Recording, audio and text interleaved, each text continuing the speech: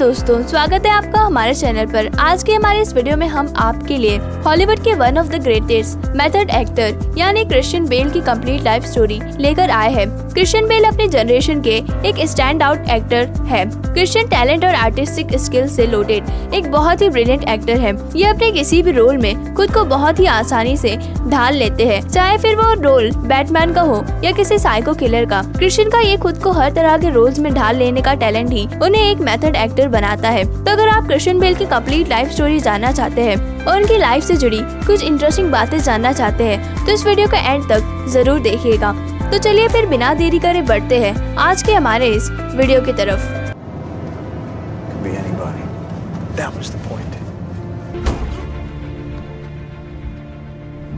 If you're working alone, wear a mask. Christian Bale का पूरा नाम क्रिश्चियन चार्ल्स फिलिप बेल है। Christian का जन्म 30 जनवरी 1974 को हुआ था। इनके फादर डेविड बेल एक बिजनेसमैन और इनकी mother jenny James circus performer थी। बेल ने अपना बचपन अपने फादर की जॉब की वजह से कई सारी कंट्रीज में बिताया है, जैसे यूके, पोर्तुगल, यूएस और भी कई सारी ऐसी ही कंट्रीज। क्रिश्चियन बेल अपनी 3 बहनों में सबसे छोटे हैं। As a child Christian ballet dancing भी सीख चुके हैं। क्रिश्चियन बेल बताते हैं कि उनके डैड की जॉब की वजह से उन्हें काफी ज्यादा ट्रैवलिंग करनी पड़ती थी और नई नई जगह देखने का मौका मिलता था, और यही वजह थी कि क्रिश्चियन का एक्टिंग की तरफ इंटरेस्ट बढ़ने लगा।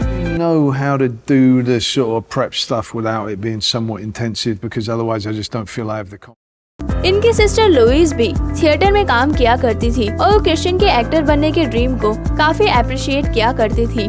बेल बताते हैं कि उनकी फैमिली बॉर्नमाउथ में कुछ टाइम के लिए शिफ्ट हुई थी और इन्हीं कुछ सालों में क्रिश्चियन ने बॉर्नमाउथ स्कूल भी अटेंड किया था। क्रिश्चियन ने अपना एक्टिंग करियर एक टीवी कमर्शियल से शुरू किया था। जब बेल सिर्फ 8 साल के थे तब उन्होंने एक फैब्रिक सॉफ्टनर के कमर्शियल में काम किया था। इसकी 1 साल बाद उन्होंने फिर से पैकमैन सीरियल्स के कमर्शियल में भी काम किया था।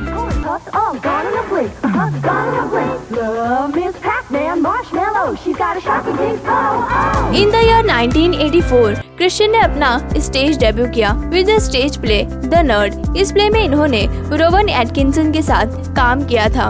रोवन एटकिंसन वही एक्टर है जो कि मिस्टर बीन का रोल प्ले करते हैं।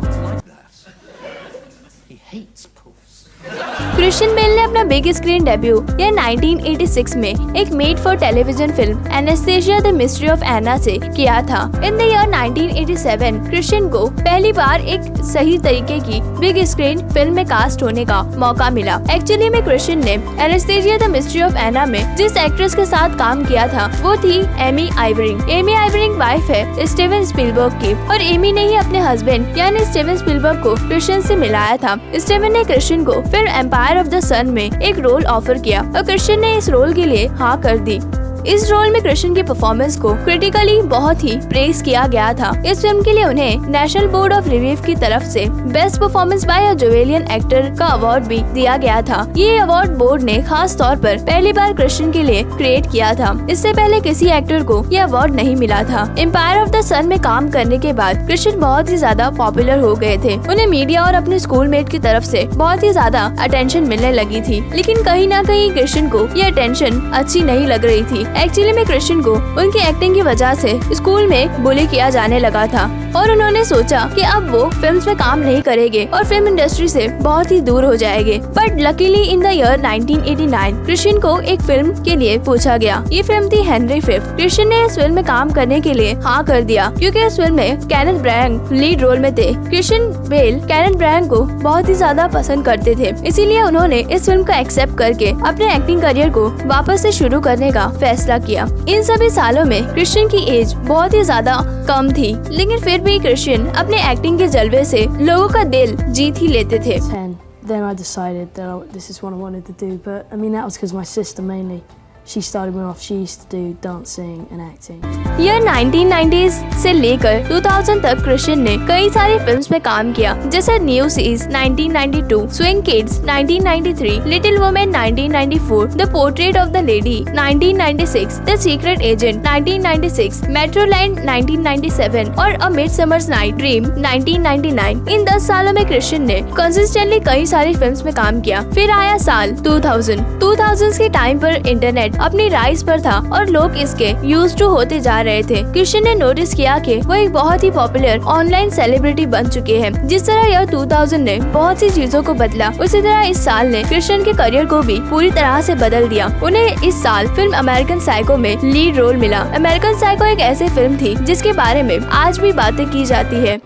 इस फिल्म में क्रिश्चियन ने अपनी लाइफ की सबसे बेस्ट परफॉर्मेंस दी थी और इसी फिल्म के बाद उन्हें एक मेथड एक्टर कहा जाने लगा। अमेरिकन साइको के लिए क्रिश्चियन को एंटरटेनमेंट वीकली के 10th एनिवर्सरी पर top 8 most powerful cult figure में से एक बनाया गया था। एंटरटेनमेंट वीकली ने उन्हें most creative people in the entertainment का भी टाइटल दिया था। इसी साल क्रिश्चियन को हॉटेस्ट लीडिंग मैन अंडर 30 की लिस्ट में भी शामिल किया गया था। ये टाइम क्रिश्चियन के करियर का ब्रेक थ्रू था और वो अपने करियर की पीक पर थे।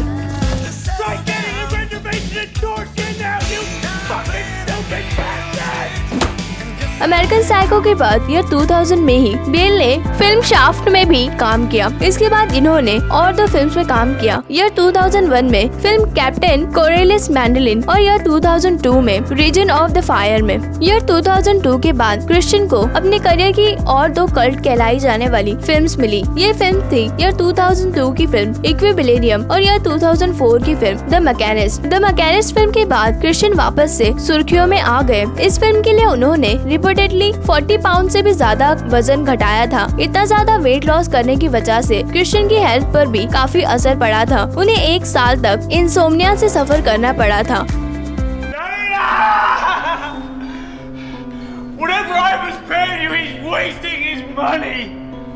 बेल का ये खुद को किसी भी रोल में ट्रांसफॉर्म करने का एबिलिटी ही वो मेन रीजन थी जिसलिए उन्हें बैटमैन में भी कास्ट किया गया था। क्रिस्टोफर नोलन की ये ट्रायोलॉजी प्रूव थी कि एक डार्क थीम नैरेटिव भी वर्ल्ड वाइड ऑडियंस इकट्ठा कर सकती है। फिल्म द मैकेनिस्ट में क्रिश्चियन की परफॉर्मेंस को देखकर ही उन्हें 2005 की फिल्म बैटमैन बिगिंस ऑफर की गई थी, लेकिन क्रिश्चियन उस वक्त थोड़े ट्रॉमा में थे। क्रिश्चियन को ये फिल्म जब ऑफर की गई तो थोड़े ही टाइम पहले उनके फादर की डेथ हुई थी और उनके फादर की डेथ उनके सामने ये सवाल पैदा कर रही थी कि उन्हें आगे फिल्म्स में काम करना चाहिए या नहीं। लेकिन आखिरकार क्रिश्चियन ने इस फिल्म के लिए हाँ कर दी और बैटमैन बिगिंस एक बहुत ही सक्सेसफुल और सुपरहिट फिल्म साबित हुई।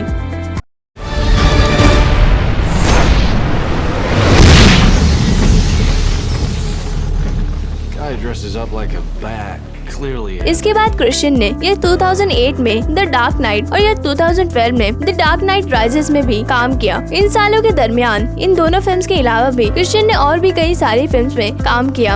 आज की डेट में क्रिश्चियन बेल हॉलीवुड के मोस्ट पॉपुलर एक्टर बन चुके हैं। इन्होंने अब तक अपने करियर में 60 से भी ज्यादा फिल्म्स में काम कर लिया है। क्रिश्चियन की सबसे पॉपुलर फिल्म्स है the Prestige, American hustle, terminator, public enemies, the flower of war, Ford versus Ferrari और भी कई सारी ऐसी ही फिल्म्स पे काम करने के साथ साथ क्रिश्चियन ने डिज्नी की या 1995 की एनिमेटेड मूवी पोकाहोटास में एक कैरेक्टर को अपनी आवाज भी दी है। इस मूवी में क्रिश्चियन ने थॉमस के कैरेक्टर को अपनी आवाज दी थी। अगर क्रिश्चियन बेल की पर्सनल लाइफ की बात की जाए तो क्रिश्चियन ने सीबी ब्लेसिक से शादी की है। क्रिश्चियन अपनी वाइफ से रिपोर्टेडली तब मिले थे जब वो क्रिश्चियन की फ्रेंड और फिल्म लिटिल वुमेन की को स्टार यानी वेनोना राइडर के लिए एज असिस्टेंट काम किया करती थी। क्रिश्चियन को ब्लेसिक पहली बार देखने पर ही पसंद आ गई थी और फिर इन दोनों में दोस्ती हुई और क्रिश्चियन और ब्लेसिक ने ईयर 2000 में शादी कर ली। क्रिश्चियन और उनकी वाइफ करीबन 22 सालों से साथ में है। इन दोनों का एक सन और एक डॉटर भी है। इनके सन का नाम जोसेफ और इनकी डॉटर का नाम एमिलिन है। क्रिश्चियन बेल का नेटवर्थ ईयर 2022 में $120 मिलियन है। Of suffering and pain run by wicked gods.